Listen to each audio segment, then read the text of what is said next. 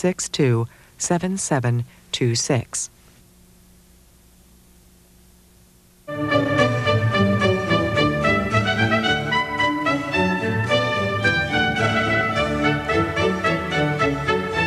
This is Road to the White House, C-SPAN's weekly look at the candidates and issues shaping 2000 presidential politics. Next, the 6 leading Republican candidates debate in Manchester, New Hampshire from this past week. The debate was co-sponsored by WMUR-TV and the Fox News Channel.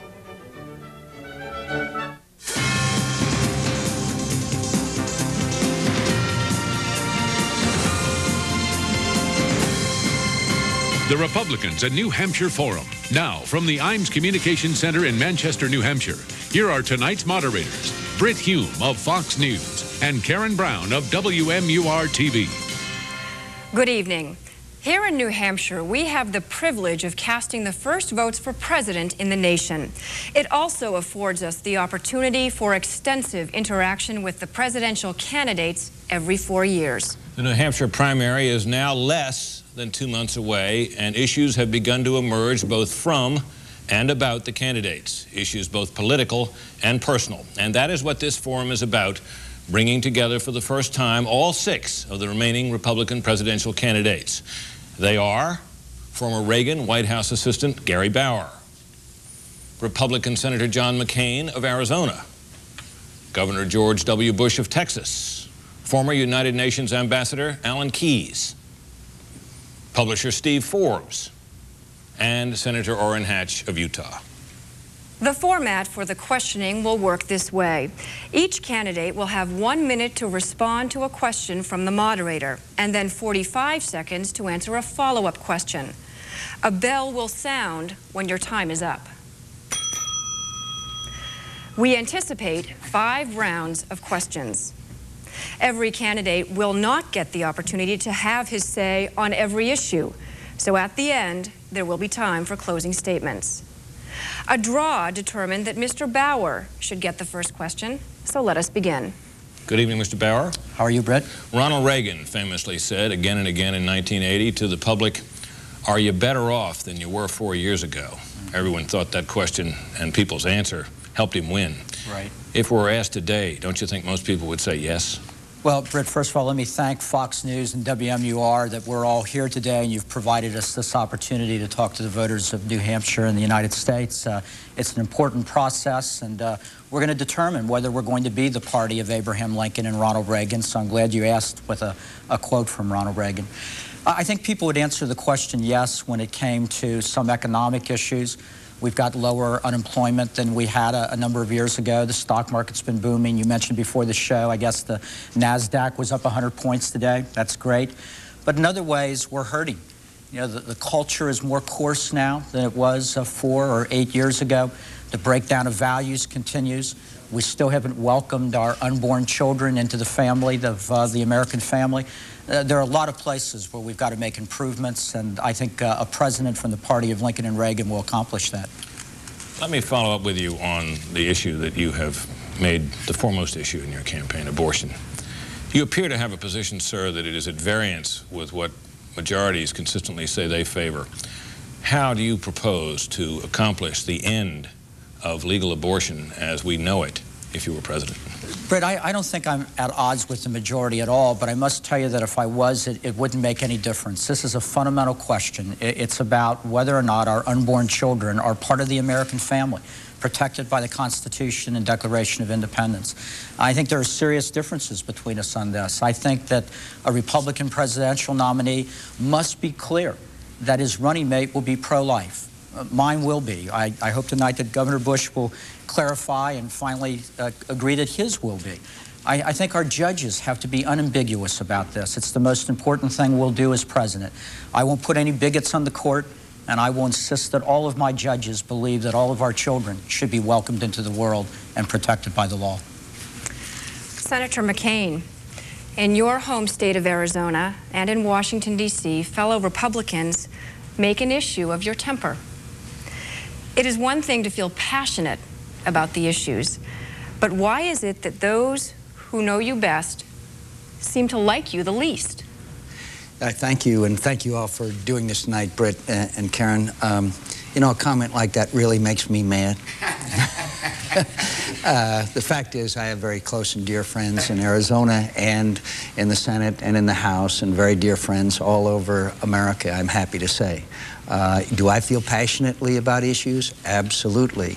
When I see the Congress of the United States spend $6 billion on unnecessary, wasteful pork barrel spending, and we have 12,000 enlisted families, brave men and women on food stamps, yeah, I get angry. And you know, a lot of those young people have come up and said to me, thanks for fighting for me.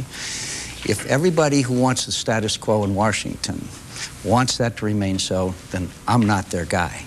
But I can assure you, Karen, that I'm going to change the status quo in Washington. We're going to rid the government of the special interests, and from time to time, those of us like Barry Goldwater and Morris Udall who stand in an independent fashion are going to break some china. But I'm very proud of my record of achievement. Let me follow up then. If you have friends in Washington, and I assume you do, why is it then a majority of your fellow Republican senators have endorsed Governor Bush while only a handful have endorsed you? Well, I think that that's testimony to the attractiveness of Governor Bush. I believe that I have significant support throughout the nation. Here in New Hampshire, we're doing very well. Again, I lodge no criticism at anyone in Washington, but it is very clear to all on the lobbyists and the special influence people that run Washington now, that if John McCain is President of the United States, things are going to be a lot different. We're not going to have soft money. We're going to return the government to the people of this country who deserve it and who have lost it. And we're going to have young men and women involved again in the political process instead of become cynical and alienated. And I believe that I can motivate them to do so. But first, I'm going to clean up Washington. Good evening, Senator Hatch. Good evening. How are you, Brett? Has Senator McCain answered that question to your satisfaction? You're one of those who know him best. You're one of those who see him and his personality. Has he answered that question correctly about why it is that Republican senators in such numbers seem not to be for him? Well, you know, I think he has. And I think John is a passionate person. He does have a temper. There's no question about it. And sometimes it's awful to be on the other side of it.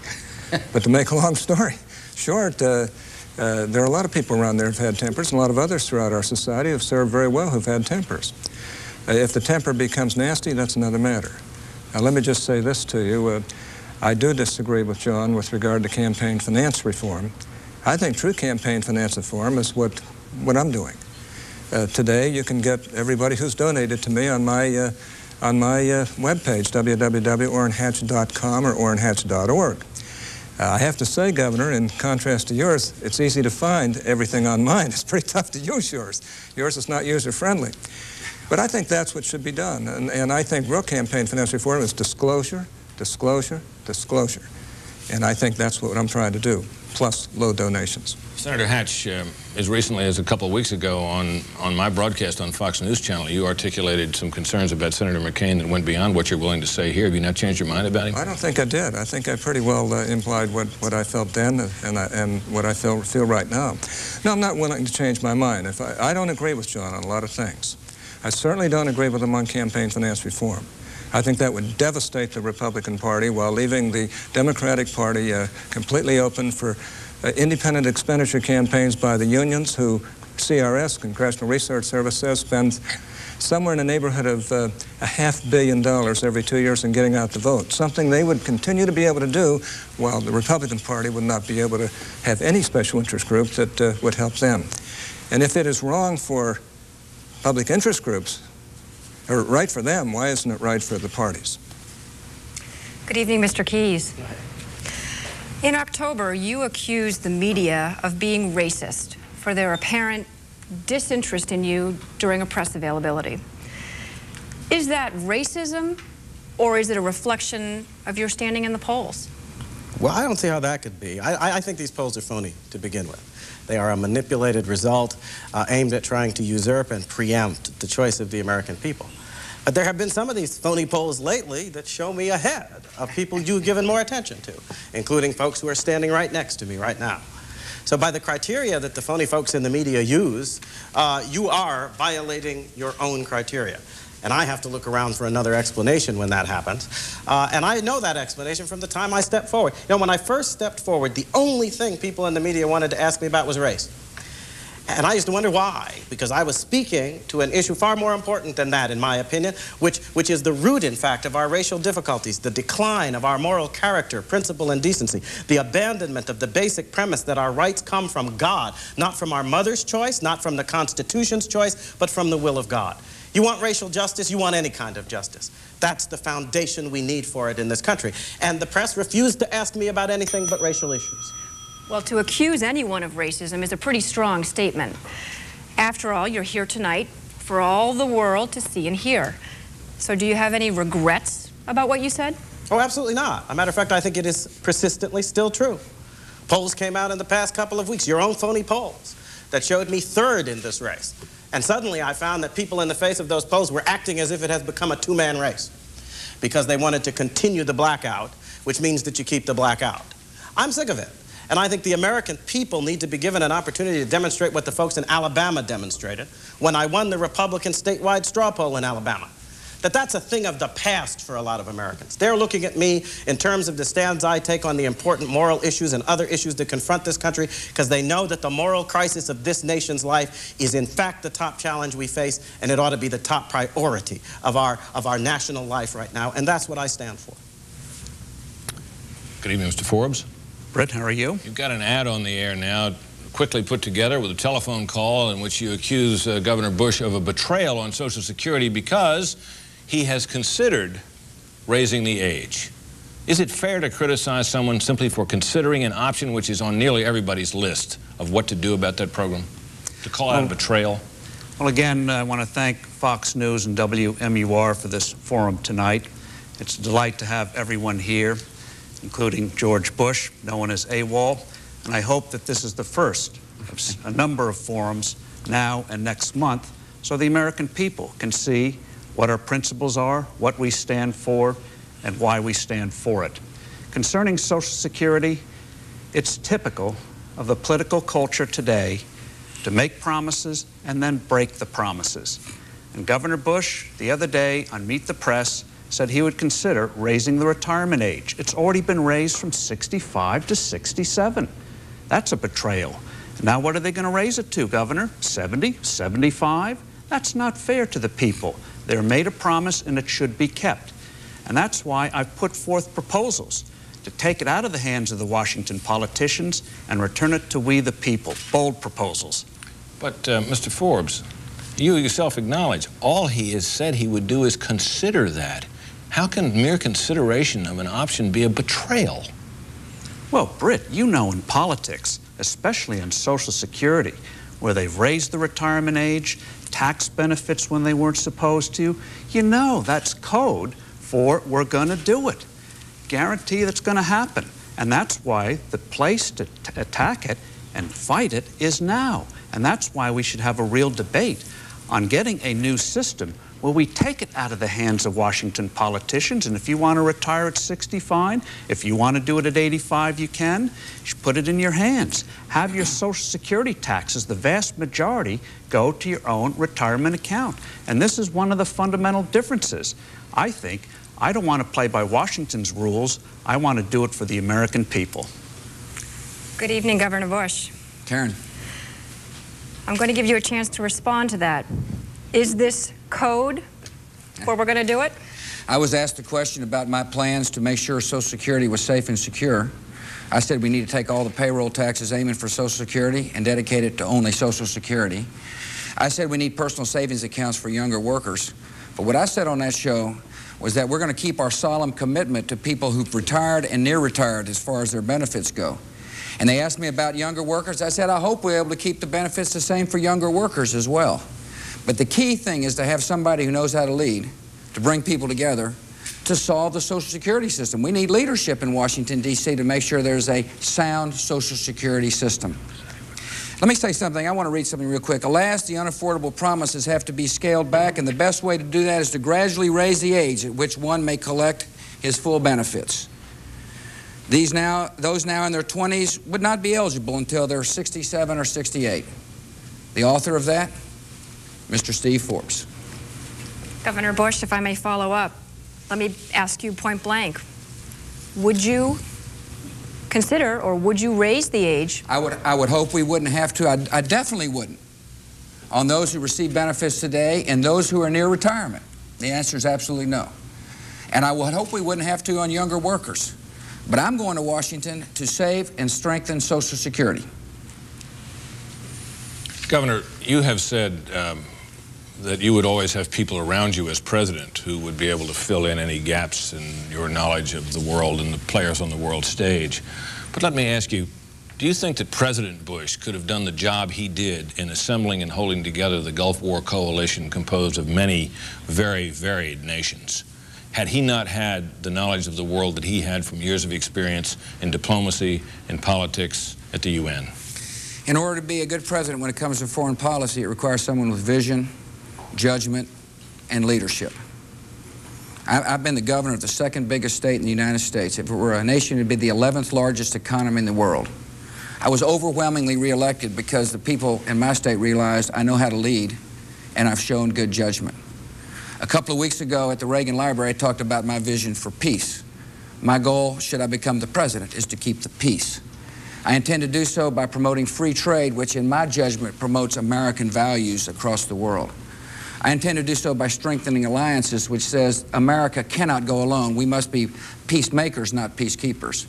And I intend to strengthen the military to make sure that the world is peaceful. With all respect, sir, I don't think you answered the question. Well, I gave you my qualifications why I think I'll be a good foreign policy leader. There's only one person on this stage, only one person, who has been in a chief executive officer position in terms of government. That's me, governor of the second biggest state. I've had foreign policy as governor of Texas, and that is with Mexico. And I've handled it well. I've got good relations with President Zedillo. I built bridges of trust so that when we deal with problems, common problems, we can do so in a spirit of cooperation, not a spirit of animosity. Mr. Forbes, the next president will be dealing with the aftermath of the Microsoft antitrust case. Thus far, the federal judge has found in favor of the government, indicating that Microsoft violated antitrust laws. With high technology a key to the country's economic engine, is it in America's best interest to break up Microsoft the way AT&T was in 1984 in order to foster competition in the software industry? Well, again, this is an example of a Washington-based approach to trying to micromanage our economy. The fact is that technology is going to send that lawsuit to the equivalent of Jurassic Park. Already, Microsoft faces a real challenge from the explosion of bandwidth. So the suit is going to be moot in a matter of a few months or a few years. And in the case of Microsoft, you have to ask, what was the damage done? I mean, 10 years ago, $2 billion a year was invested in new information technology startups. Now it's $80 billion a year. You've had the rise of Sun Microsystems as a competitor, the rise of the internet, the rise of e-commerce, the rise of AOL, the comeback of Apple, the rise of Linux. Where's the harm? So I think Washington's got to get out of the way, and that's why I've been disappointed that George Bush hasn't come out firmly against new taxes on the internet. We have to make that moratorium permanent. Don't kill the thing, encourage it. Let me follow up. Okay. If you were president then, would you encourage the case against Microsoft be dropped? Well, I think technology is going to make it moot anyway. So why go forward with something that technology's made obsolete? Competition, technology, the ferment of the marketplace, people striving to do things better. That's what works. And that's why we should keep that moratorium on internet taxes. And that's why also to encourage the development of more companies like that in the future. Thousands of these startups, we should get rid of the capital gains tax, which my friend George Bush refuses to touch. We should also get rid of this tax code, which is a burden on working people and a burden on America's future. We can do better. Why not? Senator McCain, there have been reports of a whispering campaign by some, including some in the Senate, suggesting that any ferocity of temper that you may have been displayed was somehow a result, perhaps, of your war experience. Let me ask you, sir, are you aware of anyone specifically who has spread this, particularly any of your Republican Senate colleagues? Of course not. No, I am not. Well, nor do I particularly let it be of concern to me. We're running a campaign that we're very happy with, and we're doing just fine. And by the way, the best, I think, testimony to a politician is how the people of his state feel about him. I was just reelected last November with over 70% of the vote, including 55% of the Hispanic vote, including the support that I'm particularly honored by of all 25 Indian tribes in my state. People in my state expect people to act in an independent and principled fashion. That's a long tradition, and I've been trying to adhere to it because I've got some significant examples that preceded me. There is something, though, Senator, that leads to the failure of more of your Republican colleagues to endorse you, to the fact that there are a number of Republicans in Arizona who have been critical of you. Governor has endorsed one of your rivals. What's going on there, really, in your judgment? Well, what's going on in Arizona is that the Republican mayors of Tucson and Phoenix and virtually every other Republican mayor in Arizona, every Republican supervisor, every Republican sheriff, they're overwhelmingly in support of my candidacy, as all the former party people, and I'm very pleased and proud. That's exactly what's going on, and we'll do very well in the state of Arizona. And thanks for asking. Mr. Bauer. Yes. You oppose the idea of personal retirement accounts as a way to reform Social Security. Instead, you propose an immediate 20% cut in the Social Security payroll tax. Right. When the system is poised to go broke in the year 2012, how can you justify cutting the revenue stream that assures retirees their benefits? Well, first of all, Karen, it's really important to realize why the Social Security system is in so much trouble that we've read about over the years. And the basic reason is that politicians in both parties have been stealing the system blind to pay for their pet projects. We just went through a budget deal where they did it again. They told us they were going to put the money in a lockbox. It ends up that Washington, D.C. is full of safecrackers. They went in and took another $17 billion out. I think that we need to preserve the Social Security system. Where I grew up, the elderly would have been living in poverty without it. I think one of the things we can do to ease the burden on current workers is to give them a 20% Social Security tax cut in exchange for the fact that they'll have a slightly smaller Social Security benefit when they retire. But unlike Steve Forbes, I would let them take the 20% cut and use it any way they want. Wall Street investments for their children's education. Quite frankly, the system will be bankrupt if Steve's plan of letting everybody drop out would be put into place. Let me follow up. I don't think you answered my question. There are a lot of senior citizens out there tonight watching who don't understand your plan and who fear that the money won't be there for them. You know, Karen, I can't imagine a senior citizen fearing my plan. The plans they ought to fear are the privatization plans that say that current workers can all withdraw their current payments. It's the current payments that's paying the checks of current retirees. I will preserve a Social Security system. I hope Mr. Forbes, before the evening is over, will agree that we ought to preserve that system. It's worked well and it's served the elderly in this country. Ambassador Keyes, you've been elected president. And you wake up one morning to find two things. Taiwan has formally declared independence from China, and the Chinese have begun to fire missiles toward those offshore islands. What do you do? Well, I think we have to make clear to the Chinese throughout that we intend to make good on our pledges to safeguard the security of Taiwan. I would presume that a move like that isn't going to happen without a preceding crisis in which I would have hoped to have acted in such a way as to demonstrate through the placement of our forces that we intended to make good on our commitment to Taiwanese security. I would also have been working during my administration to put in place the kind of anti-missile defenses that can be extended as an umbrella to protect people like Taiwan when they come under such threats. I think it's terribly important, in order to avoid that eventuality, however, that we stop sending confusing signals, such as the Clinton administration has been sending, about our resolve with respect to Taiwan.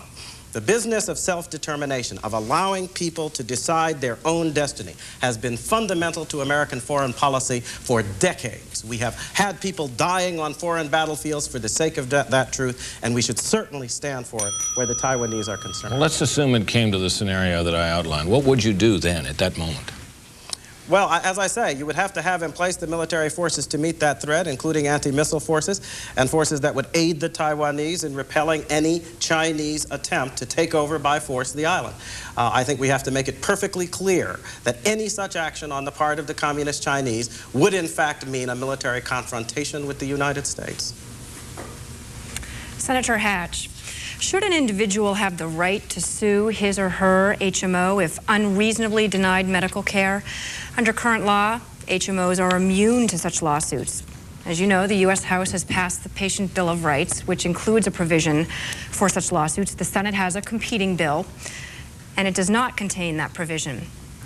So if the prospect of civil liability is the best means for preventing these kinds of unreasonable coverage decisions, would you support it? Well, the best means is, of course, to allow an appeal so that the decisions aren't made by accountants and lawyers, but by doctors. The Senate bill allows that to be done. However, I do agree that the House bill has gone a little bit farther. If those appeals don't work, it seems to me there ought to be some form of litigation to be able to keep things straight. Now, I have to say that what we're trying to avoid, and the one thing we're looking for more than anything else, is to quit making lawyers rich at the expense of everybody else and running up the cost of the system. So there has to be ultimately, I think, and there will be ultimately in the final bill, there will be some sort of ability to bring litigation if justice isn't really going to occur. You know, the Senate bill is stronger. The House bill does provide for that, and I think there will be a compromise where ultimately there will be a provision for litigation, but something that hopefully will not just make the attorneys rich and run the cost of hospitalization and other medical services up. Well, some would dispute that. They would say the cost really is not the issue here. According to an independent study that was sponsored by the Kaiser Family Foundation, it showed that the cost of litigation against HMOs is really only between 3 and 13 cents per enrollee. So some would ask, why then allow the HMOs this special legal status? Is that 3 or 13 cents per minute, per hour, per day, per what? The fact of the matter is you're looking at somebody who was a medical liability defense lawyer at one time. And I've estimated that it costs us an extra $300 billion a year in health care costs, if not more, because of unjustified litigation. So we want to make sure that patients have rights, that they are protected, and if litigation is the only way they can be, we want to provide that they are. But if we can avoid litigation, it saves every taxpayer in America. It saves mom and dad and all the kids and everybody else who's going to have to pay taxes.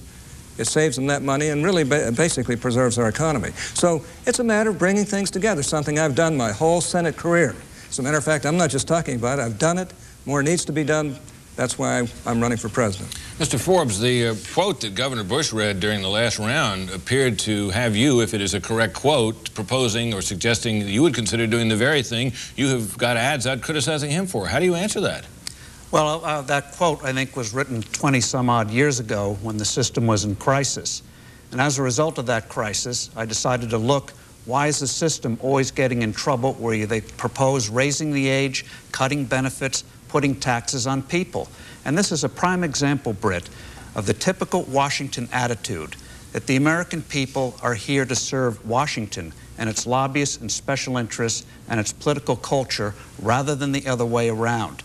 And that's why I've developed a plan to preserve Social Security for those who are on it and those who are about to go on it, but to allow working Americans to have a choice, to stay with the old system if they wish, or to go to a new system where the bulk of their Social Security taxes will eventually go to their own personal retirement account. They'll have far more in their retirement than they can possibly get with this current system. The only losers will be the Washington politicians and special interests. Well, that is sure to be attacked by Democrats as, in their inimitable phrase, a risky scheme. How would you answer that, that money invested in the markets would be potentially subject to great gains, but potentially also subject to severe losses? Well, under my plan, Britt, first of all, risky. That's Washington talk for you're going to take away our power. I don't trust Al Gore, Bill Clinton, or anyone else to safeguard Social Security for the American people. Clearly, they failed at it. All the politicians have. So what I've proposed is a new system, and you'll have an investment of menu choices, safe mutual funds, bank CDs, bonds. And there also is thanks to my plan, a minimum guarantee. If the world comes to an end, the market crashes, you will have a minimum guarantee when you retire. So we've covered the bases on it. It works, it's bold, and it plays by the rules of the American people, not Washington. Governor Bush, according to the Houston Chronicle, Houston is the smoggiest city in America. Do you support the EPA's proposed Tier 2 standards to desulfurize gasoline? Cleaner gasoline would help cut down on the ozone pollution. Yet many refiners, some of whom are based in Texas, oppose the Tier 2 standards.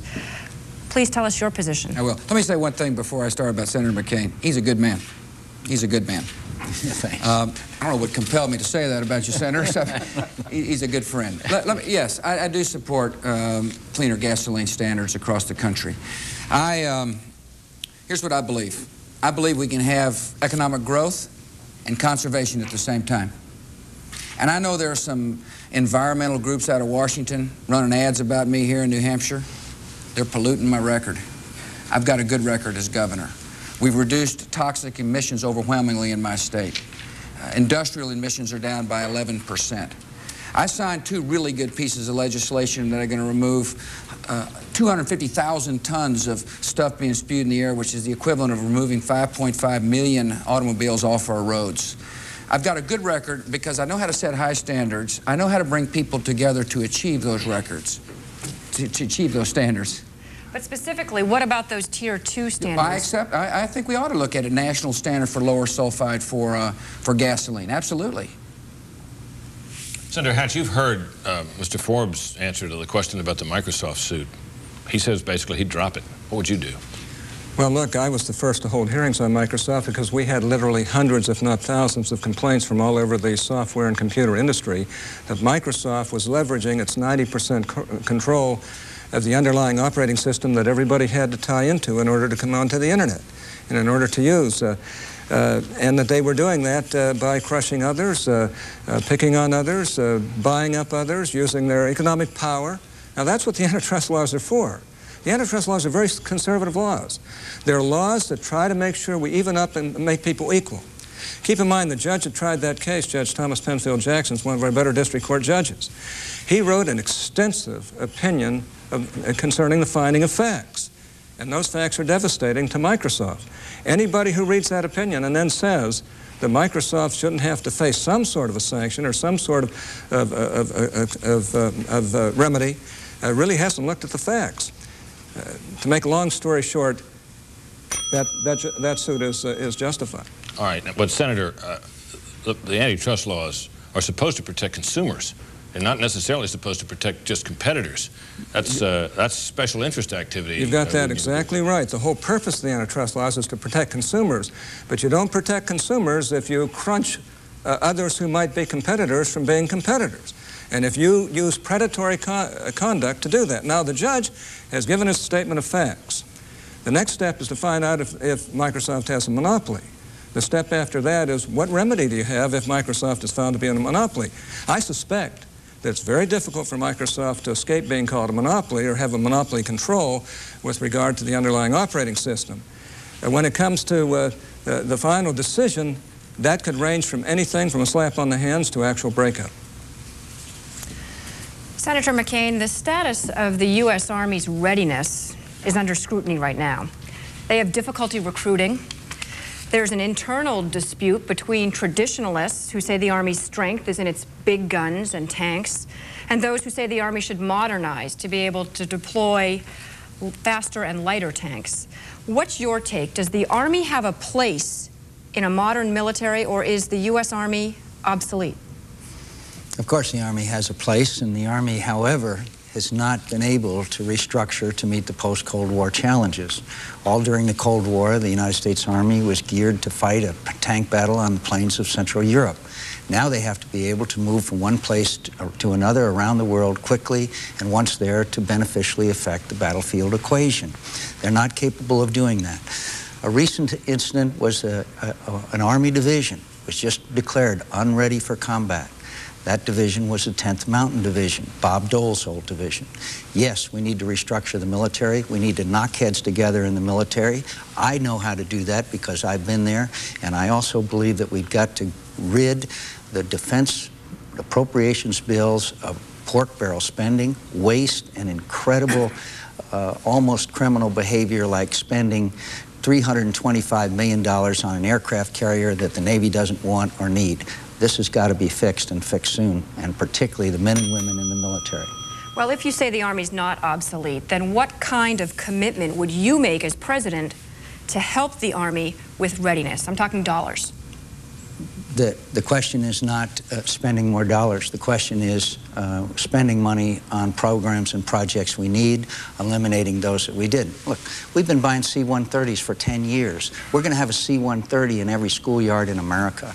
There's no need for much of the equipment we are purchasing, but the effect of the special interests in Washington and their big contributions can prevent us not only from buying the equipment we need, but taking care of the men and women in the military. Recently, in San Diego at Camp Pendleton, enlisted Marines were standing in line for cartons of food. That's a disgrace. I intend to fix it. In fact, it even makes me a little angry. Mr. Bauer. Yes. If you could only do one thing as president, what would it be?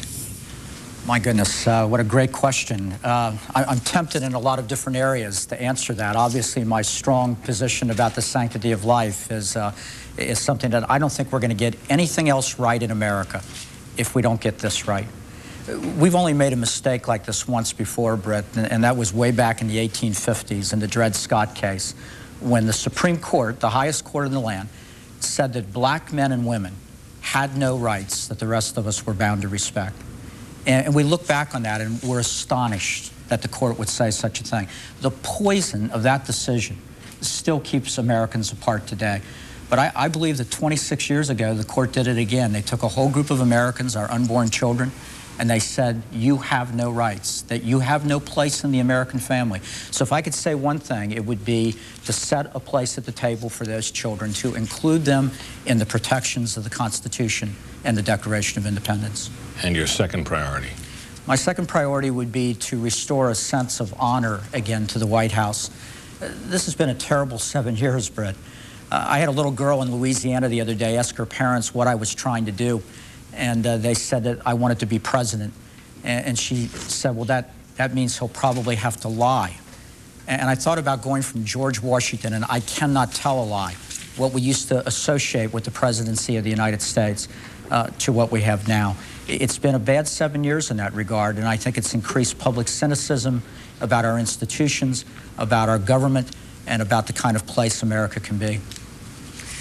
Mr. Keyes, America intervened in Kosovo when it became apparent that innocent civilians were being slaughtered. Now the same is happening in Chechnya. What should the United States do about Russia's military crackdown on Chechnya? Well, first of all, I think the first part of your statement is not true. Over the course of the last several months, we've learned a lot of information that suggests that the propaganda that was unhappily spread throughout the media about atrocities in Kosovo was greatly exaggerated. The Pentagon has admitted it, news sources have admitted it, teams have been in now and have discovered that a lot of these things did not have foundation. I think that that was a propaganda war. I think we were manipulated into supporting a violation of a fundamental principle of non-aggression, and that our aggression in that case was actually more dangerous than what was happening in Kosovo itself. And at the end of the day, I think we have to be very careful when we start invoking some abstract notions of globalism and global sovereignty in order to violate fundamental principles of national sovereignty, which in fact are very important to safeguarding the regional peace around the world. I think it's better than invading other countries to control our own behavior, to make sure that we don't provide the resources to these oppressive regimes, as we are doing in places like China, as well as Russia, when they are oppressing their people. So do we ignore what's happening in Chechnya, or do you advocate, if certainly not engaging troops, something like withholding loans from the International Monetary Fund? Oh, I think that's what I just said. I think it's important that we distinguish between a policy of globalist interventionism that has us acting as the policemen of the world and that I think will foment violence and fear and resentment everywhere, and a policy that basically says, look, we're not going to try to control your country. but we will control our own actions. We will control our own associations. We will control our own trade. We will see to it that if you're a brutal regime like the communist dictators in China, we will not have most favored nation status business as usual with you. If you're a regime of thugs and kleptocrats, such as unfortunately now plague the Russian people, we will not provide hard-earned American capital to support you in that kleptocracy. I think those are things we can do that can have a beneficial influence without undermining the peace of the world with globalist interventionist policies that could become a pretext for aggression by others. Governor, a great many people have said that they couldn't have done any better on that pop quiz on world leaders than you did, but it does seem, fairly or not, to have raised the issue of your knowledgeability of the world and your interest in that. Could you tell us, sir, what do you read every day for What do I read? What do you read for information? Well, I read the newspaper. Which? I read the Dallas Morning News. I read the New York Times. I read the Wall Street Journal, and I read the Austin American-Statesman.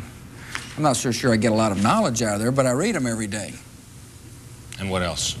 Well, I read books all the time. I'm reading a book on Dean Acheson right now. I like to read mysteries. I like to read novels. But look, here's the test of a leader. A test of a leader is when given responsibility, can you perform? And I've got a record of leading. It's the second biggest state in the Union. If it were a nation, it'd be the 11th largest economy in the world. And I've had confirmation about my leadership style. The people of Texas overwhelmingly voted for me for the first time, for a person to be elected for the first time to back-to-back four-year terms. I've been able to reach across racial lines in my state. I got nearly 50% of the Hispanic vote. I got a significant part of the African-American vote. People appreciate the fact I know how to lead. Mr. Forbes, set aside your flat tax for the moment, if you would. What would you advocate as president to keep us away from inflation and out of economic recession? Well, that's very easy, and that is to have a Federal Reserve that keeps the dollar sound. And unfortunately today, Karen, we have a Federal Reserve that is starting to tighten up, raise interest rates because of a bogus economic theory that says that prosperity causes inflation. So unlike George Bush, I'm not sure I'm going to reappoint Alan Greenspan if he's addicted to that theory. It's a destructive one. It has already done immense harm to agriculture in America. And if he continues in that course of action, it's going to do real harm to the economy. What's happened with the Fed, Karen, is typical of this Washington first attitude, of Washington setting the rules on how we should act. You see it on that tax issue, which you wanted me to put aside, and I've answered your question. But on the tax issue, Washington tries to tell us what the rules are in terms of what tax cuts should be, which is why George Bush's tax cut plays to their rules. It's small, it keeps the IRS in place, and that's not right. So you would not reappoint Alan Greenspan? Well, I'd have a heart-to-heart with him, Karen, to see if he's truly buys into that crazy theory that prosperity causes inflation. Because if we keep the dollar steady, there's no reason why, if we make these other changes, getting rid of this horrible tax code and replacing with a flat tax, getting in a positive new Social Security system for working Americans where they own the money, not the politicians, putting parents in charge of education, and putting patients in charge of health care. Why, instead of having a 2 or 3% growth rate, we can have 4.5%. We can do better, and it's going to take an outsider to do it. Senator McCain, where do you come out on this question of this stock market as high as it is, and on the issues that have just been asked of Mr. Forbes relating to Mr. Greenspan, who seems at times alarmed by the level of the stock market? Do you think it's a bubble? Do you think we should be afraid of this? What? I share Mr. Greenspan's concern. And by the way, I would not only reappoint Mr. Greenspan. If Mr. Greenspan should happen to die, God forbid, I would do like we did in the movie Weekend at Bernie's. I'd prop him up and put a pair of dark glasses on him and keep him as long as we could. The fact is that Mr. Greenspan deserves great credit for this economic recovery. He's been a steady hand. He's unintelligible, but he's been a very steady hand on the tiller. And I am a great admirer and an advocate of his policies and programs. Are we in a, let me just also go back just 1 second to this Chechnya situation, if I could. Look, there's severe implications to this. It's not just the Russians massacring some innocent people, which is terrible in itself. itself. Unfortunately, it's not in our living rooms, but it has implications in the region as far as oil and gas reserves are concerned, the Russian military reasserting itself, and the overthrow of a government in Georgia, which is a remarkable little democracy under Mr. Shevardnadze, a true hero. So this is a very serious situation. We should cut off IMF funding. We should cut off IMF loans. We should make it very clear to the Russians that this is serious business. It has significant implications, and it can infect a wide gamut of relations between our two nations. All right, quickly then, Senators, let me get the rest of your the rest of your answer on the stock market. Is it a bubble? I'm afraid that it's becoming that, but I don't pretend to be an expert on that. I am very concerned about this rapid rise. I think all of us who observe it are. But I do have enormous faith and confidence in Mr. Greenspan, and I would heed any warnings that come out of his mouth, and I would pay close attention. Finally, could I just go back to Social Security? Take 62% of the surplus, put it in a lockbox. Don't let the government touch it, even under the guise of an emergency. By the way, we just spent $4.5 billion in the guise of an emergency to conduct the year 2000 census. We didn't know the census was coming, and allow people to invest their savings and their tax dollars into savings of their choice. That'll save Social Security. You don't have to raise the retirement age. Mr. Bauer, in New Hampshire, a young woman named Amy Boyer was murdered in October. What was startling about her death was that her killer had kept a public diary on a website dedicated to her for 2 years, including details of how he planned to carry out this murder. After she was gunned down, the website host pulled the plug, but only after authorities brought their attention to it. My question is this: has the time come to police the internet for content, and whose responsibility is it? Well, Karen, this is obviously a big question that the country is going to have to face as technology continues to grow and it becomes more and more difficult to deal with all the potential things that people can be exposed to. I disagree with those that suggest that somehow the internet is sacrosanct, that it's a god that can't be touched. You probably know that there are not only the sort of horrible incidents that you just mentioned, but the biggest growth of internet sites are pornography sites. Many of them child pornography sites. I don't think there's a parent in the country that's comfortable with allowing their child to be alone for long periods of time at that computer screen, given what they can access. So I think in a good and decent society, we'll find a reasonable way to balance our need for information and our constitutional rights with the need also to have a society that recognizes certain values. Is it the role of the federal government to close off the internet to these illegal activities like the child pornography you mentioned? Well, let's hope that we begin to get some self-regulation that's better than what we saw in this example. But I think at some point, given that the internet crosses the lines of government and the lines of the state, that the federal government will have to take a hard look at what things it can do. If I could return to another issue that we've touched on a couple of times, but I don't think we're grabbing, and that is our foreign policy. I know it's not directly related, but it does get back to values, Karen. The question on Taiwan, the question about the Russia, et cetera. The question here is, are we going to have a Reagan foreign policy? Or are we going to have a foreign policy driven by money and trade? I'm afraid that in the case of Governor Bush and others, they are buying into the idea that money and trade trump values. I would withdraw most favored nation status from China. I would not allow them into the World Trade Organization. Whether it's the internet or foreign policy, our basic values have got to be at the center of what we do. Mr. Ambassador, let me try you on the issue of internet and whether it should be regulated and by whom. I think it's important to understand, first of all, that anything we do with respect to the internet is going to have some limits, because it is not only a national entity, it is an international entity. Its tentacles run into countries all over the globe.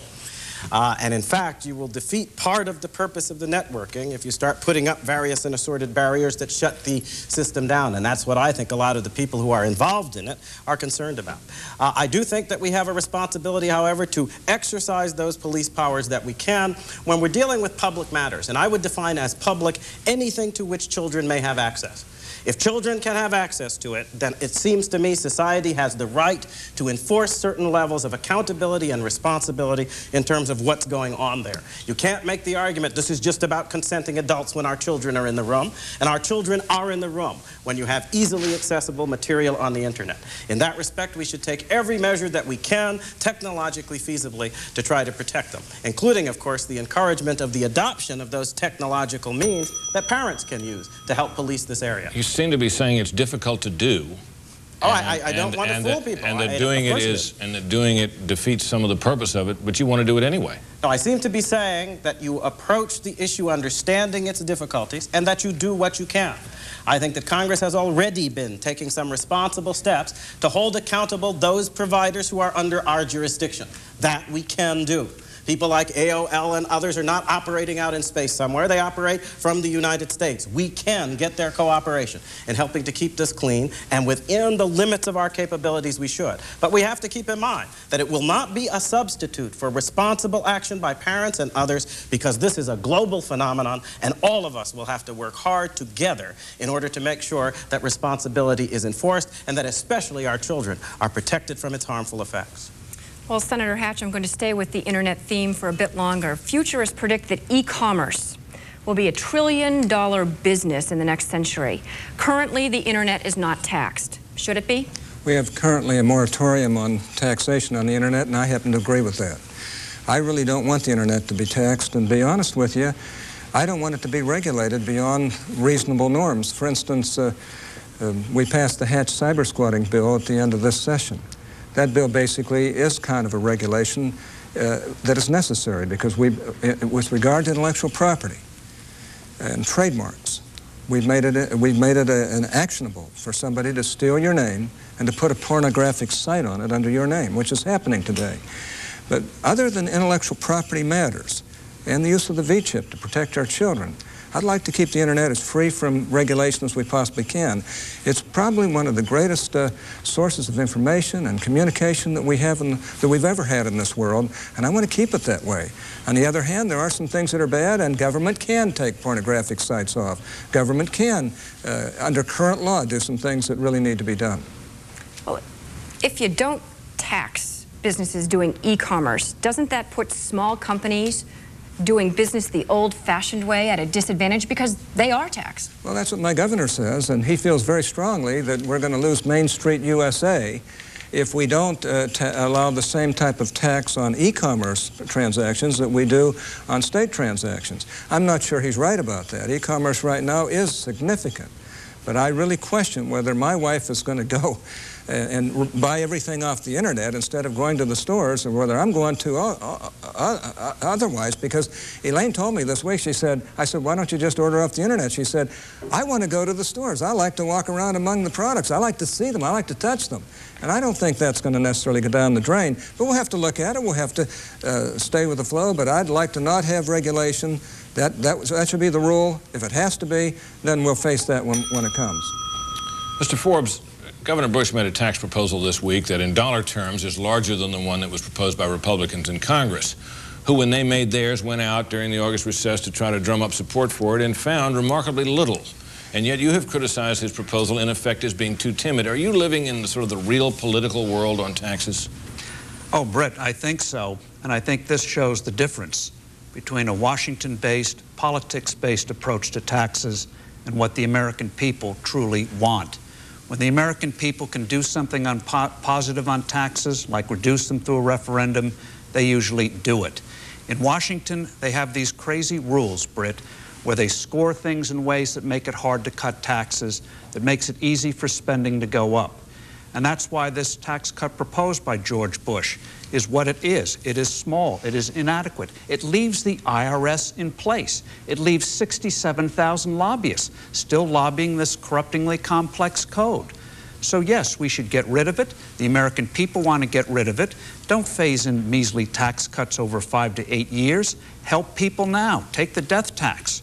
World War II veterans, the greatest generation, they should have that relief right now to be able to pass on the fruits of their labor to future generations instead of waiting to 2009. Well, what evidence would you cite from the public that there's appetite for this kind of this tax change, even for the end of the IRS? What evidence? talking to real people, talking to people like the Daly family here in Exeter, New Hampshire. They own a fish market, mom, dad, 3 kids. They told me the savings of my flat tax would enable them to buy family health insurance. They can't afford to do it now. So why play by the Washington rules, which means for measly tax cuts, it's going to take Britt, a firm outsider, to get rid of this monstrous tax code, to do what is truly right on Social Security, health care, education. It's not going to be done playing by their rules. The stack is decked, and George Bush's proposal shows it. It's a convoluted plan. It could have been done better, and I hope he will make it better. Senator McCain, several major HMOs are failing financially. The system isn't working. There is rampant patient dissatisfaction. What do you propose to fix it? We need a patient's Bill of Rights, and the reason why we haven't gotten it through the Congress is because on the Democrat side, the trial lawyers have them in their control, and they'll want to sue anybody for anything under any circumstance. On the Republican side, we're in the grip of the huge money from the insurance companies and the HMOs, the typical gridlock, which has caused Americans to have such a low opinion of what goes on in Washington. The Internet should not be taxed. The Internet should not be taxed. The Internet is the greatest thing that's happened to the world, somewhere between a combination between the invention of the printing press and the Industrial Revolution. It has unlimited potential to spread knowledge, information, and freedom throughout the world and economic development. And the sales taxes, as a result of the increase of the Internet commerce, even though there's a moratorium, have increased. And I believe that that's ample testimony that the Internet will increase sales taxes, and the governors are incredibly short-sighted when they want to tax this baby in its cradle. Let me return to the issue of health care and HMOs. Given how expensive health care is, HMOs are now waking up to the fact that they can't deliver the promises they made to consumers and still be profitable.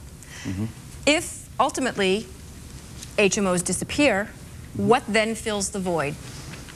Obviously, the HMOs need to be made whole. We need to spend more money to make sure that they do. We have added more money for Medicare and Medicaid payments in the last emergency supplemental that we passed. All of those things have to be done.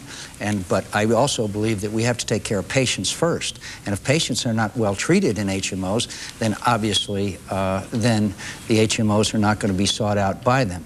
Again, on the Internet, we need to install, we are installing in every school and library in America, filtering software that would filter out, according to community standards, the objectionable material. That's the way we resolve this issue of such a flood of pornography. And we are wiring those schools and libraries at taxpayers' expense. Mr. Bauer, if the sale of a book or a pair of shoes is taxed when it's done in a store, why should it not be taxed if it's done over the Internet? Isn't that how you level the playing field for all? Well, I don't think so, Britt, in this sense. The reason that there's taxes in retail establishments is that government is delivering certain services to those establishments, whether it's fire protection for the store, police protection, or whatever it might be. The Internet is not getting that sort of service. So I think there is a rational case that can be made for not taxing sales on the Internet while continuing to have local and state taxes on local commerce. I mean, if we want to get a consistency here, let's roll back those taxes that are falling on retail establishments and level the playing field that way instead of dragging down the sales on the Internet by making them heavily taxed too. Well, speaking of taxes, what is your reaction to Governor Bush's tax plan so sharply criticized here by Mr. Forbes? Well, you know, this may be one of the places where Steve and I agree in the sense that I think Governor's plan is too timid. It's the equivalent, to use the worn-out phrase, of moving chairs around on the deck of the Titanic. We need to downsize the IRS. We need to get that bureaucracy off of the back of the American people. We got to make it so that it's not so complicated. But after that, Steve and I part company. If you're going to have dramatic tax reform, you got to decide whether the wealth of America is in things, in machinery, or whether it's in our human capital and our people. I've got the lowest flat tax. It's 16%. You wouldn't pay anything on the first $20,000. You keep your mortgage deduction. You keep your charitable contribution. Steve has a plan that gives big corporations a new write-off that will allow many of them to have a zero tax rate, while farmers and school teachers and truck drivers are paying 25% between the flat tax and the Social Security tax. That's not fair. Mr. Keyes, I'm going to stick with this healthcare theme. I think it's important. The cost of prescription drugs is escalating. Many New Hampshire residents will board a bus and drive to Canada, where it is cheaper to buy their drugs. What specifically do you propose to make those drugs more affordable for senior citizens who are on Medicare? I suppose they'll be carrying with them the prescriptions written by the doctors who came down from Canada in order to practice medicine in America because they couldn't do it properly up there. I will have to take a privilege here, though, which was offered to us at the beginning of the show, because I've been listening to this tax discussion, and I have got to say a word, because it seems to me a lot of posturing is going on here overall on this issue.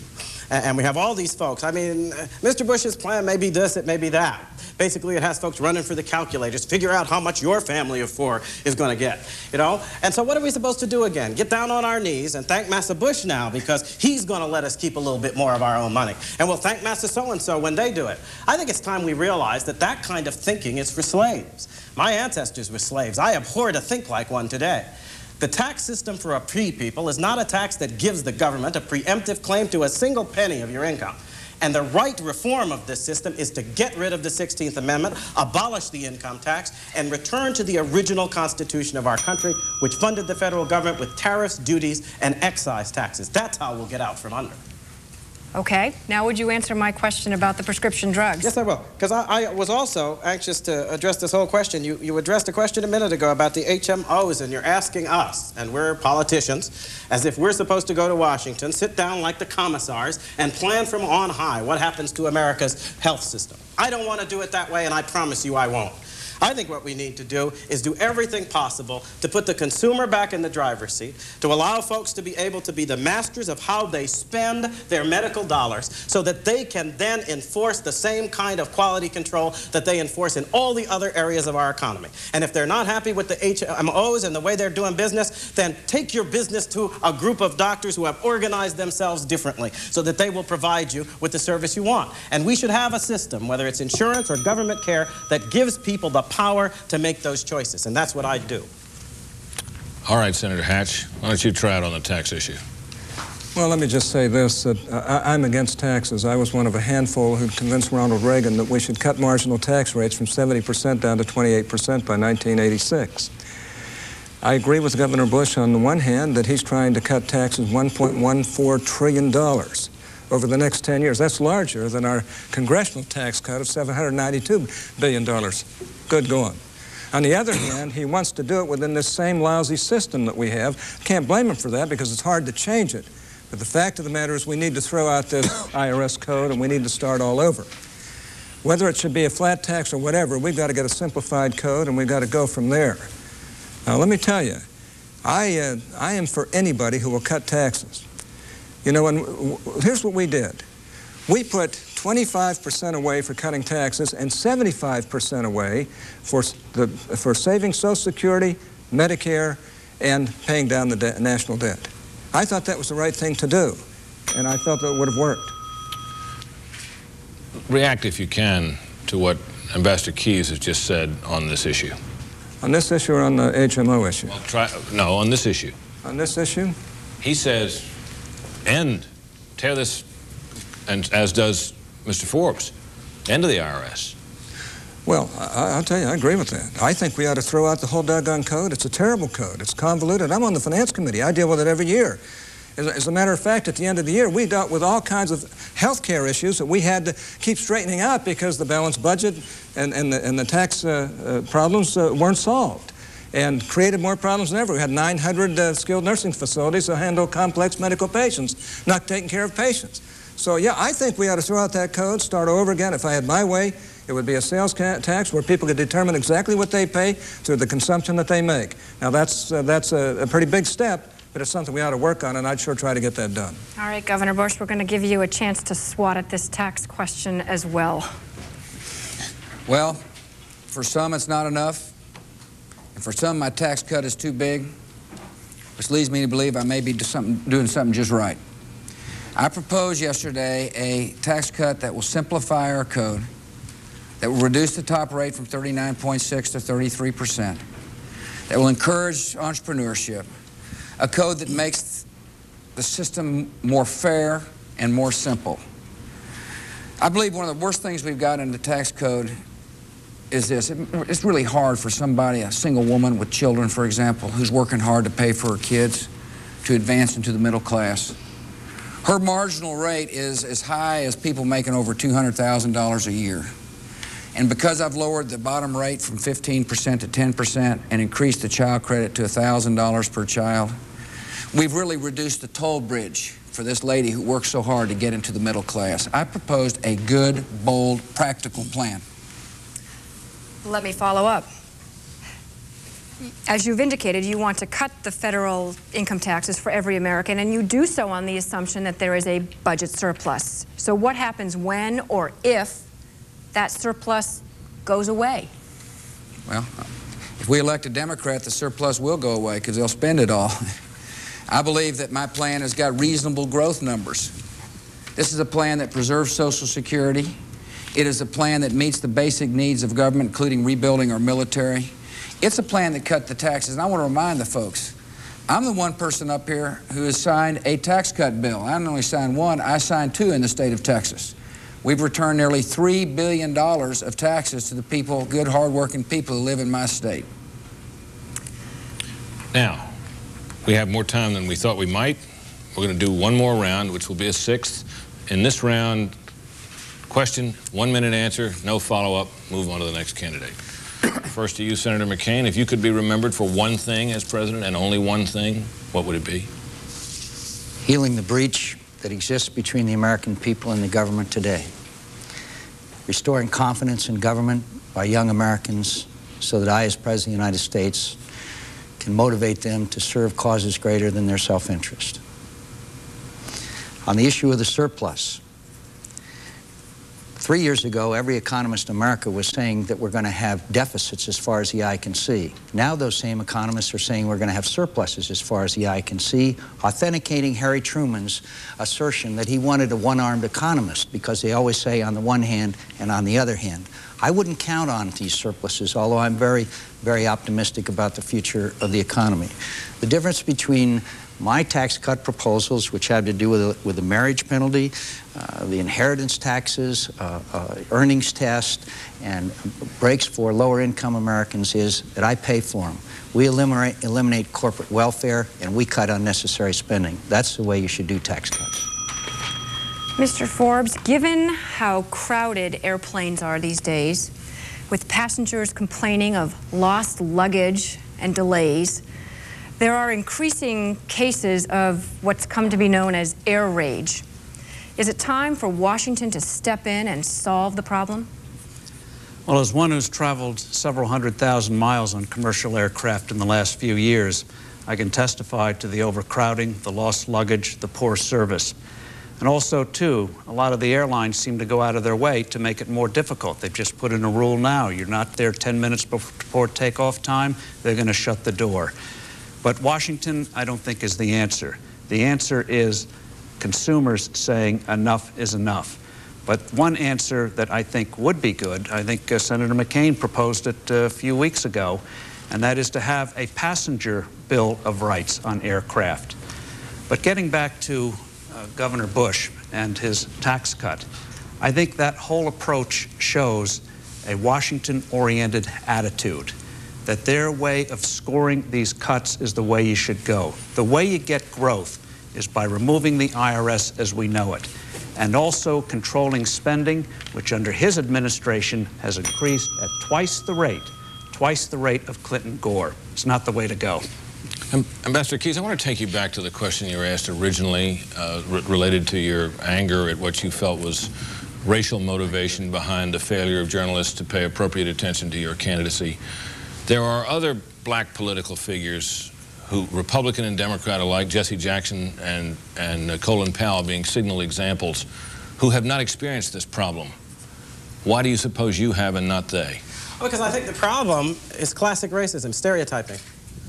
If you're not in the mold that's supposed to correspond to what you folks say is black, what you claim are supposed to be the attributes of the race, then you're shut out.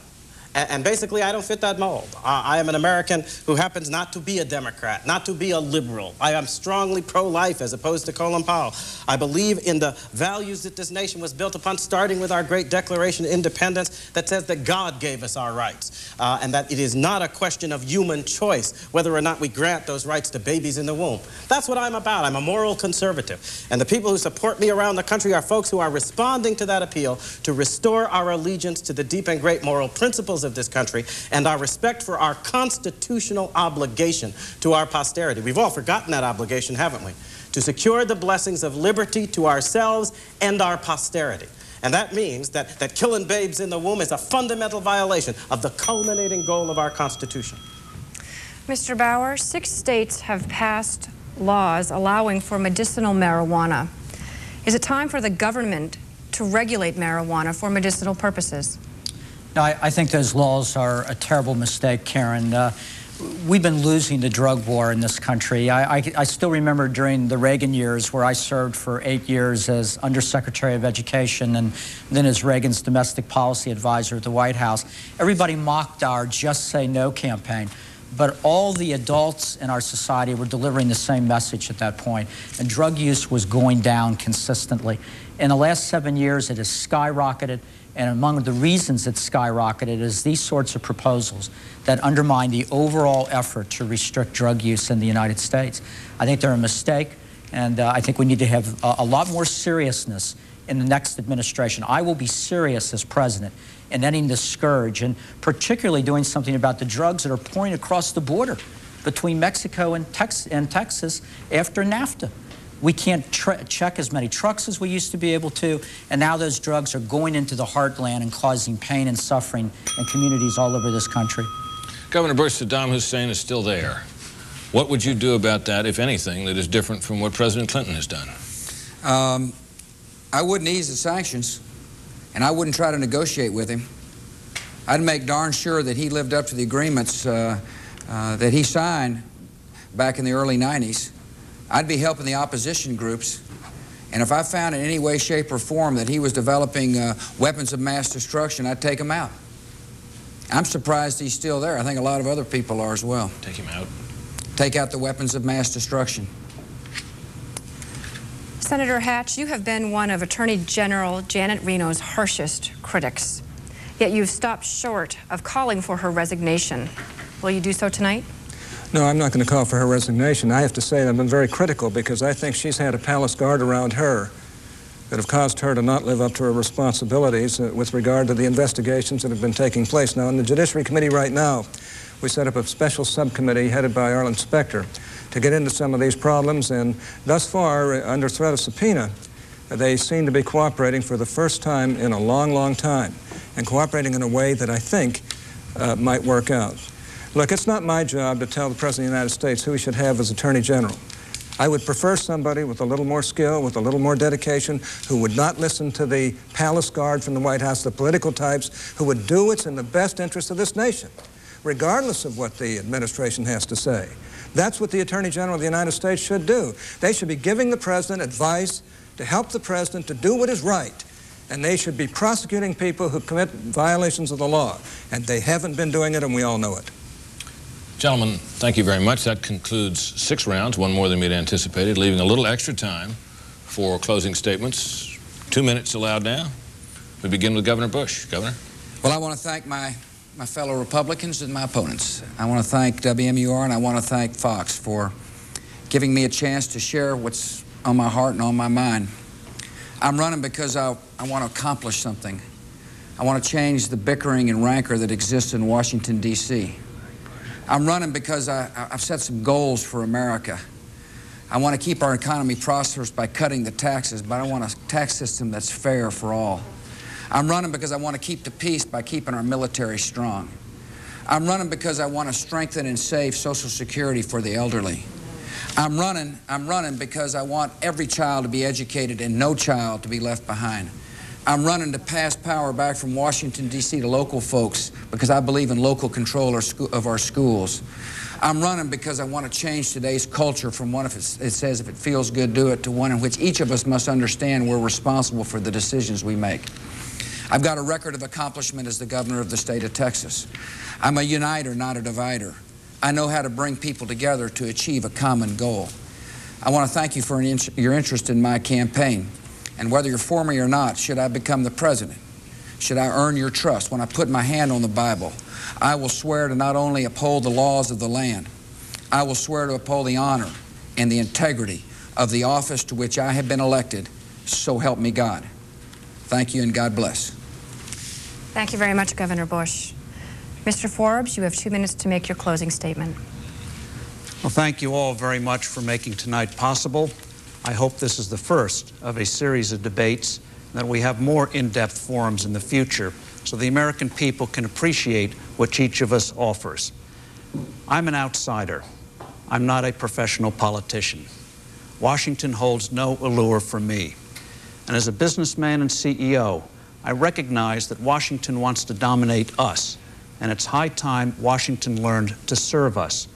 On the tax code, for example, why should we go by Washington's rules on what is permissible as a tax cut?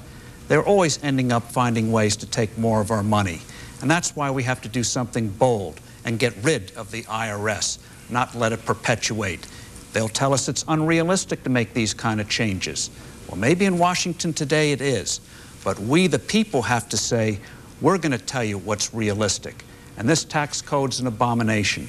Same thing in health care. Patients should be in charge of health care, not HMOs and not federal bureaucracies. In education, George Bush wants to have Washington have a role in promoting education reform. I trust parents, not politics.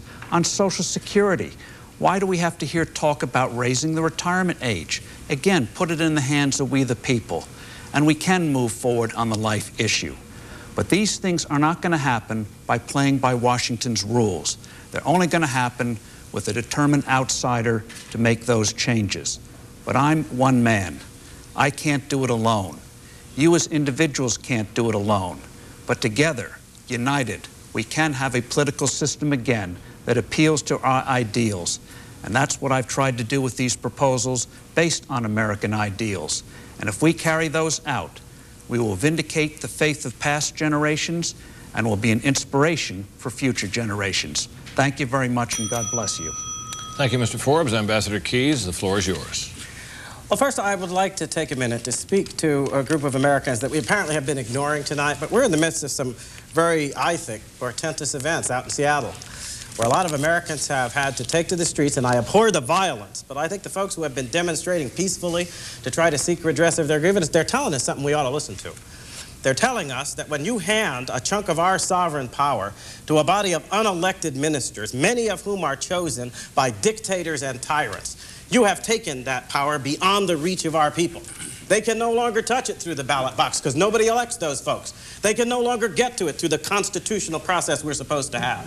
It ought to remind us that the issues at stake in this discussion over the whole trade business aren't just issues of who's got jobs and how many went overseas. They're issues of whether or not we are destroying our constitutional system, whether we are allowing unelected bodies. Do you realize the Constitution says that the federal government's supposed to guarantee a Republican form of government in all the states? Do you know why they did that? Because if you have a bunch of people who are appointed by tyrants and dictators, they will represent nothing but tyranny. We cannot afford to allow decisions that affect the jobs and livelihood of Americans to be subject to a body of unelected people, many of whom represent tyranny and dictatorship. And those people who have taken to the streets, I don't support all their causes, but I do understand the cause that drove them there. It's a cause that is taking the power and sovereignty of America beyond the reach of the American people. And everybody who stands up here with me tonight supports that surrender of our power. I do not. I believe that it's time we look ourselves in the eye and say we can't allow this destruction of our Constitution, and that we're going to do something about it. And that's going to be one of the pledges that I will make to you. Keyes' presidency will restore self-government, the moral basis of it in our hearts, but also the constitutional basis of it, by not surrendering our sovereignty to institutions that we do not elect and over which we cannot have influence except we take to the streets. It's not right. It's not the American way, and we ought to commit to change it. Mr. Keyes, thank you very much. Senator Hatch, you have 2 minutes now for your closing statement. Well, I'm tired of the two political parties, the establishment, picking our candidates year after year, or election after election. I'm running a campaign for the people, for ordinary people, asking them to send, if I get 1 million people to send in $36 or more, I'll win this election for you, and I'll be beholden only to you. But you know, this is the 4th debate that I've been in. And Governor, we're happy to have you with us. And all I can say is that, you know, these debates, as good as this one has been, have been kind of stilted. They've been kind of boring. They're structured. It seems to me that the way what we ought to really do is we ought to leave the entourage behind. We ought to get out there and understand that the American people, they want us as presidents for the good or the bad. They want us to be a good president during the good times. They want us to be able to help them during bad times. They want to get to know us. They want to know what we're all about. I just have a suggestion to all of us. Why don't we just take 2 weeks in the month of January and spend a week here in New Hampshire, a week in Iowa, get on a bus, all of us, leave the entourage behind, and just go throughout this state and meet with the people and let them set the standards, let them set the terms, do it in town meetings, and let them ask any questions they want, and let's just respond to them. Let's kind of be like Lincoln and Douglas and really have a debate here rather than, you know, the stilted thing that we're doing. And if we do that, I guarantee you we'll have 3 things happen to us. Number 1, we'll get to know these people better, and better than we ever possibly could during this presidential election. Number 2, they'll get to know us better, which I think is a good thing, and it would help all of us to do a better job. And number 3, this would be real, honest campaign reform. Can you imagine what we'd be able to do by the time we get to California? How about it, Gary? How about it, George? How about it, Steve? How about it, Ellen? How about it, John? Wouldn't that be a good idea? It'd be the way to really get it out of this stilted way of doing things. I'll join you. Senator Alan will join. I'm for Lincoln Douglas debates, absolutely. Good, let's do it. Let's do it. Why don't we do that? Why do we just, you know, I think you both have done a terrific job here this evening, but you're limited by what can be done in this kind of a format. Why don't we get out there with the people? Why do we do this? And then I think we treat each other better, too. Thank you, Senator Hatch. Senator McCain, the stilts are yours. I want to thank you, Karen, and Britt, and Channel 9, and Fox. I want to thank you all. I've had a lot of fun tonight. It's been good. It's been a great experience. I'm running for President of the United States because I believe the United States sits astride the world militarily and economically in the most powerful position ever seen in the history of the world. This is an exciting time. We have prospects for prosperity, for growth, for leadership throughout the world, and the President of the United States can lead the world to a far, far better place and a far better century than the one that is now passing.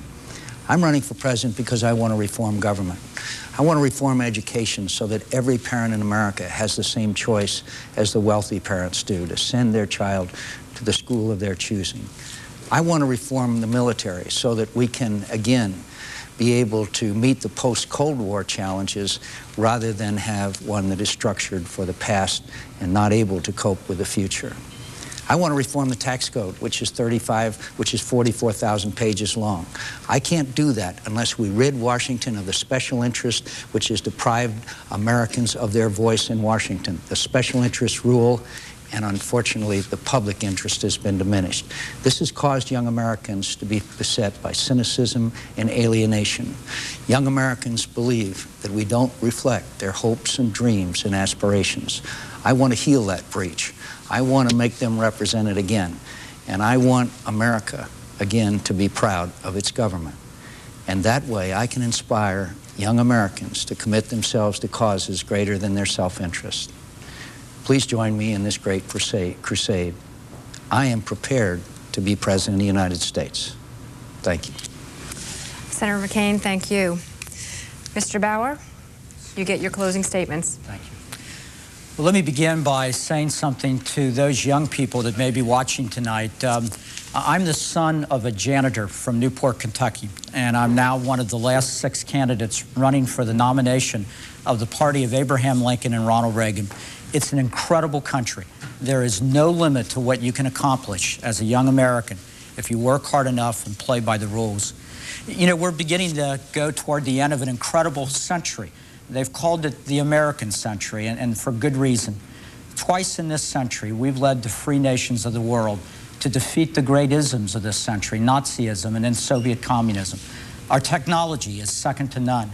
Our system of free enterprise has created more jobs for more people than any system in the world. But if we want the next century to be an American century, we're going to have to be up to the challenge again. Not only the challenge perhaps on foreign battlefields, but up to the challenge on issues of the heart and soul. There are great questions facing the American Republic. Can we rebuild the American family, strengthen families, so that fewer of our children will cry themselves to sleep at night? Can we end the coarsening of the American culture so that parents no longer feel like they're surrounded by hostile territory? Can we teach all of our children that liberty must be tempered by virtue, that the idea of if it feels good, do it, is not the way to live, that reliable standards of right and wrong are what matters? Can we set another place at the table, this time for our own flesh and blood, our unborn children?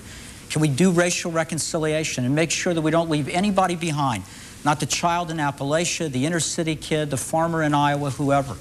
I believe we can do those things. That's why I'm running for president. I believe the party of Abraham Lincoln and Ronald Reagan can accomplish these things, and I ask the American people to trust us to do so. Thank you very much, and God bless you all. Thank you very much, Mr. Bauer. And at this point, we want to thank all of the 6 Republican candidates for participating in tonight's forum. And thanks as well to those who watched here in New Hampshire on WMUR and across the country on the Fox News Channel. Good night.